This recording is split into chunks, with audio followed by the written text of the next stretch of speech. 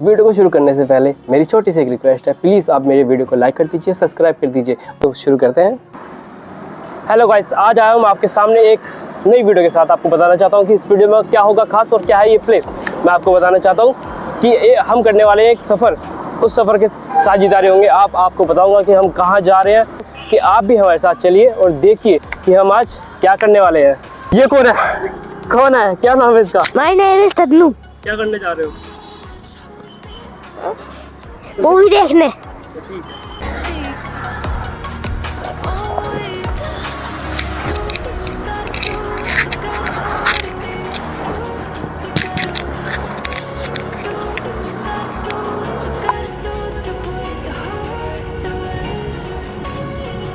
क्या बोल रहा है?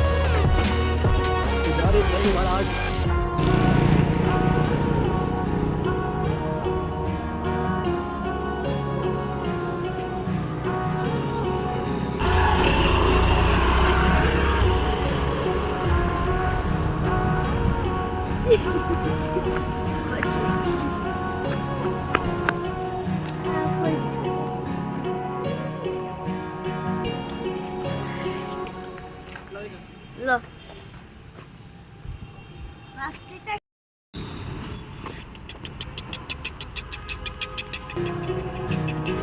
टिक टिक टिक टिक टिक टिक टिक टिक टिक। अरे वाह,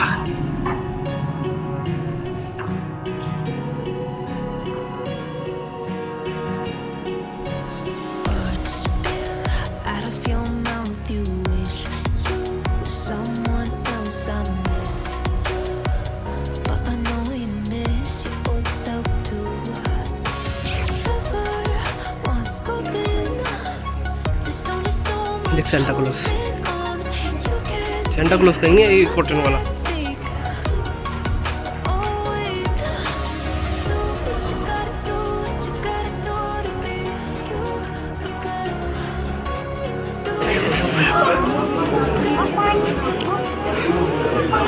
मेरे साथ रह बेटा, खो जाएगा। क्या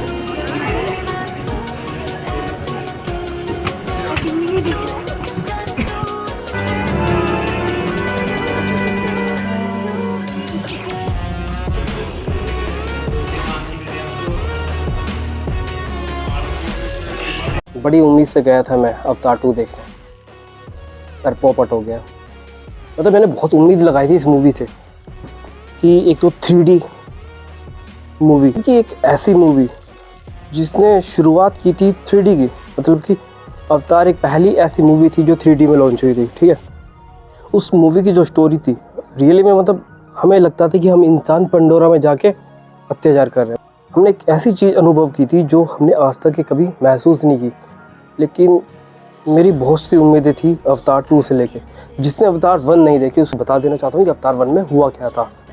जैक सैली सेना में एक सैनिक था और उसका भाई एक वैज्ञानिक था जिसकी मृत्यु हो जाती है। जैक सैली और उसके भाई के DNA एक होने के कारण जो ऑफर वैज्ञानिक भाई को मिल रहा था वही ऑफर दिया जाता है जैक सैली जो कि एक सैनिक है।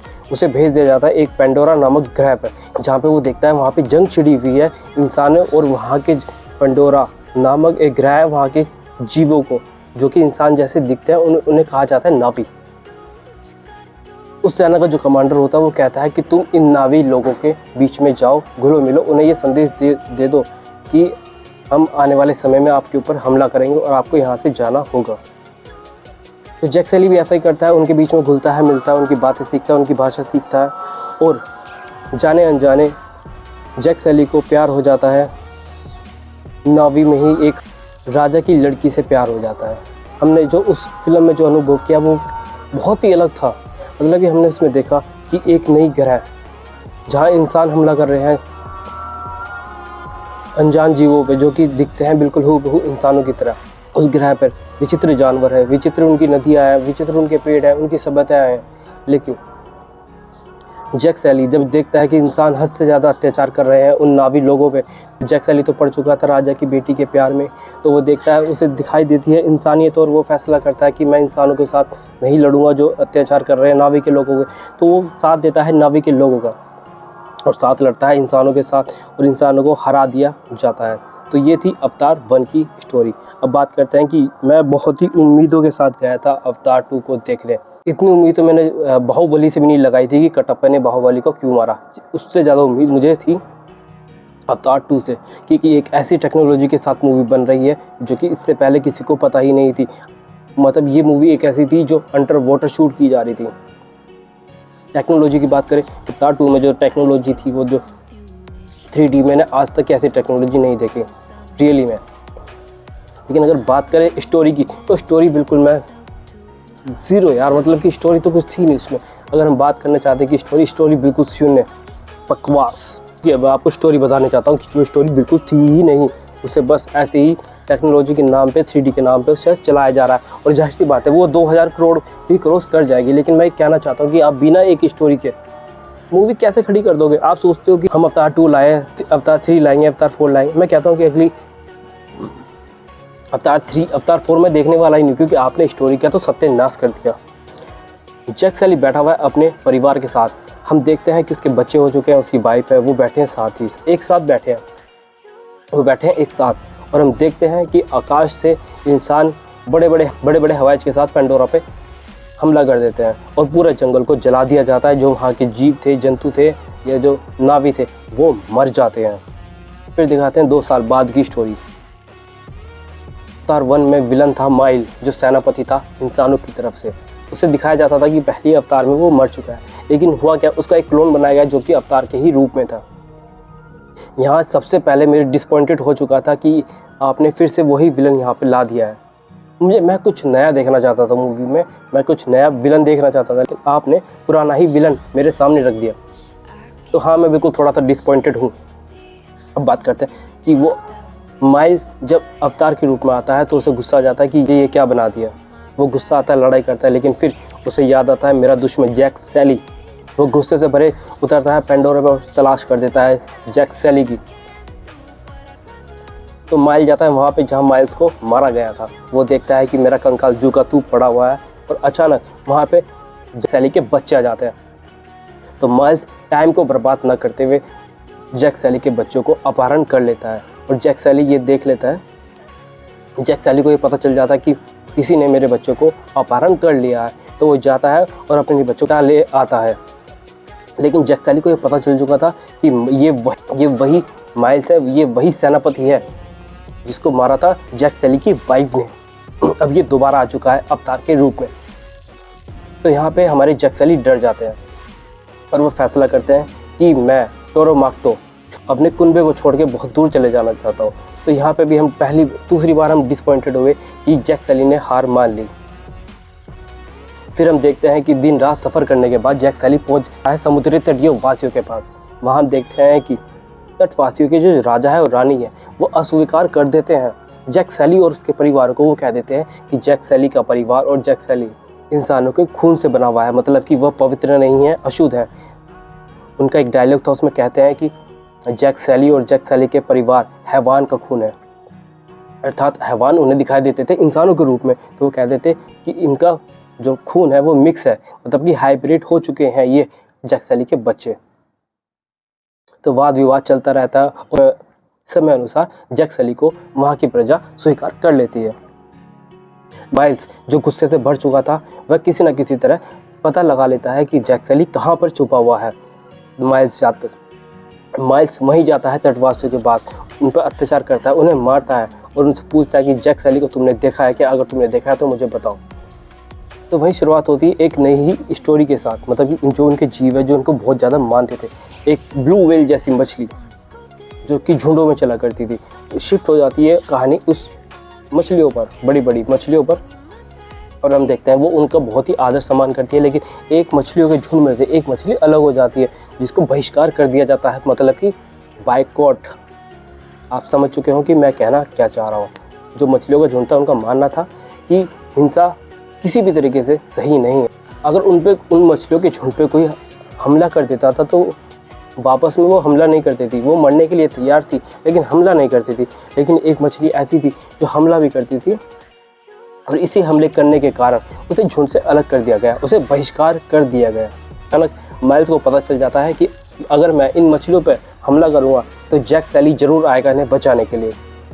होता भी यही है, माइल्स उन मछलियों पर हमला कर देता है और जैक सैली के बच्चे बचाने आ जाते हैं उस मछली को। और माइल्स को पता चल जाता है कि ये बच्चे हैं जैक सैली के।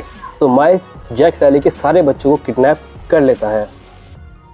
माइल्स जैक सैली के बच्चों के साथ साथ तटवासियों के राजा के बच्चों को भी किडनैप कर लेता है। ये सूचना जैसे ही तटवासियों के राजा को प्राप्त हुई और जैक सैली को पता चला कि हमारे बच्चों को किडनैप कर लिया गया है, के राजा और जैक सैली दोनों इकट्ठा होकर जाते हैं माइल्स से लड़ाई करने और बचा सके उस मछलियों को। तटवासियों के राजा और जैक सैली मिलकर जाते हैं माइल्स से लड़ने के लिए और अपने बच्चों को बचाने के लिए और उन मछलियों को बचाने के लिए। बहुत ही लड़ाई होती है और हम देखते हैं कि माइल्स का जो जहाज़ था वो डूबने वाला है। अब हमें इसमें एंट्री दिखाई देती है जैक सैली की वाइफ की, जैक सैली के बच्चों की और माइल्स का एक लड़का जो कि मूवी के शुरुआत में से ही चला आ रहा था। अब तक के मैं पूरी तरीके से इस मूवी से परेशान हो चुका था। क्योंकि मुझे याद दिला रही थी दृश्यम की, टाइटैनिक की और डिस्कवरी चैनल की। मूवी में ज़्यादा कुछ लड़ाई दिखाई नहीं गई है। जैक सैली और जैक सैली के बच्चे और राजा के बच्चे और राजा और माइल्स के बीच में ही लड़ाई, मतलब कि इसमें ये नहीं दिखाया जा रहा कि पूरी ही संपूर्ण जाति को, नावी को ख़त्म करने के लिए कुछ किया जा रहा है। वो सिर्फ और सिर्फ ख़त्म करना चाहते थे जैक सैली के परिवार को और उन मछलियों को सिर्फ इसलिए परेशान किया जा रहा था ताकि जैक सैली को बाहर निकाला जा। इस मूवी का जो एंड है वो सबसे ही सत्यानाशी है। मतलब जैक सैली ने माइल्स को लगभग मार दिया गया था, लेकिन जैक सैली के साथ रहने वाला माइल्स का वो बच्चा बचा लेता है माइल्स को। मतलब कि आने वाले समय में, आने वाले अवतार 3, अवतार 4 में हमें वही माइल्स दिखाना चाहती है। अवतार 2, अवतार 3, अवतार 4, मतलब कि सत्यानाश। मैं कह देना चाहता हूँ कि आने वाले समय में अगर अवतार 2, 3, 4, 5 आती है तो मैं नहीं देखने वाला अवतार। अगर मैं सच में कहूँ कि मुझे मूवी देखकर कैसा लगा तो मैं कहना चाहता हूँ कि पैसा बर्बाद। कुछ कहा आपने? मुझे लगा कि आपने कुछ कहा। वीडियो को एंड करने से पहले मैं आपको कह देना चाहता हूँ मेरी वीडियो को लाइक कीजिए, सब्सक्राइब कीजिए और भेज दीजिए अपने प्यारे से दोस्तों के पास। तो वीडियो को करते हैं एंड।